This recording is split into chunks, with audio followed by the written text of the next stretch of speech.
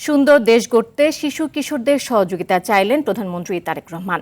Army স্টেডিয়ামে নতুন করে স্পোর্টস 2025-26 জাতীয় পর্যায়ের সমাপনী ও পুরস্কার বিতরণী অনুষ্ঠানে প্রধানমন্ত্রী বলেন, আগ্রহ অনুযায়ী যে কোনো প্রতিভা বিকাশে শিশুরা এগিয়ে যেতে চাইলে তাদের সর্বোচ্চ সহযোগিতা করবে সরকার।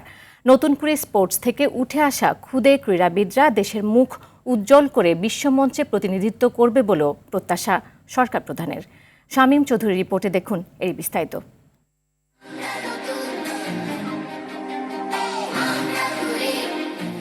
খেলাধুলার মধ্য দিয়েই গড়ে উঠুক সুস্থ, আত্মবিশ্বাসী ও দেশপ্রেমিক নতুন প্রজন্ম।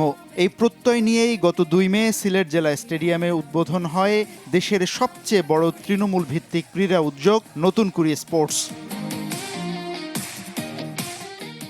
12 থেকে 14 বছর বয়সী প্রায় 1,70,000 শিশু কিশোর দেশের বিভিন্ন জেলা উপজেলার শিক্ষা প্রতিষ্ঠান থেকে 8টি ডিসিপ্লিনে অংশ নেয় এই আয়োজনে।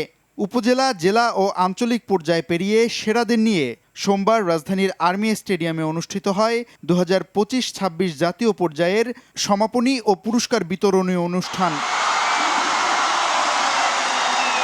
প্রধানমন্ত্রী তারেক রহমান অনুষ্ঠানে পৌঁছালে ক্ষুদে ক্রীড়াবিদ ও ক্ষুদে দর্শকদের উচ্ছ্বাস আর করতালিতে ফেটে পড়ে পুরো স্টেডিয়াম। পায়ে হেঁটে মাঠের চারপাশে ঘুরে তাদের সঙ্গে শুভেচ্ছা বিনিময় করেন প্রধানমন্ত্রী। পরে বক্তব্যে প্রধানমন্ত্রী বলেন, দেশকে গড়ে তুলতে কাজ করছে তার সরকার। বলেন, আজকে শিশুরাই গড়বে আগামীর বাংলাদেশ। তোমরা যে পড়ালেখা করতে চাইবে, সরকার থেকে আমরা তার ব্যবস্থা করব যাতে সে ভালো করে পড়ালেখা করতে পারে। তোমরা যে গান গাইতে চাইবে, যে ছবি আঁকতে চাইবে, যে খেলাধুলা করতে চাইবে, আমরা সব রকম তোমাদেরকে সহযোগিতা করার সর্বোচ্চ চেষ্টা করবে সরকার। পড়াশোনা ও খেলাধুলার পাশাপাশি পরিবেশকে পরিচ্ছন্ন ও ভারসাম্যপূর্ণ রাখতে বৃক্ষরোপণ ও জীববৈচিত্র্য রক্ষার আহ্বানও জানান সরকার প্রধান।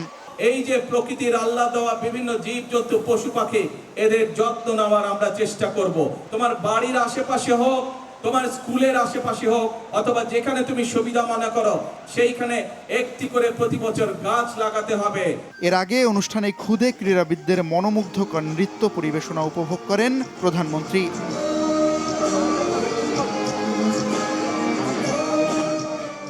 পরে বিজয়ীদের হাতে পুরস্কার তুলে দেন সরকার প্রধান। অঞ্চল ঢাকা স্থান প্রথম। নতুন কুড়ি স্পোর্টসের প্রথম আসরেই অনেক মানসম্মত খেলোয়াড় উঠে আসায় ক্রীড়া লক্ষ্য বাস্তবায়নে আশাবাদী সরকার। এখন প্রয়োজন নিয়মিত পরিচর্যা এবং সঠিক প্রশিক্ষণের। তাহলেই প্রত্যন্ত অঞ্চল থেকে উঠে আসবে অনেক আন্তর্জাতিক খেলোয়াড়, এমনটাই ভাবছেন সংশ্লিষ্টরা। আর্মি স্টেডিয়াম থেকে শামীম চৌধুরী, RTV, ঢাকা।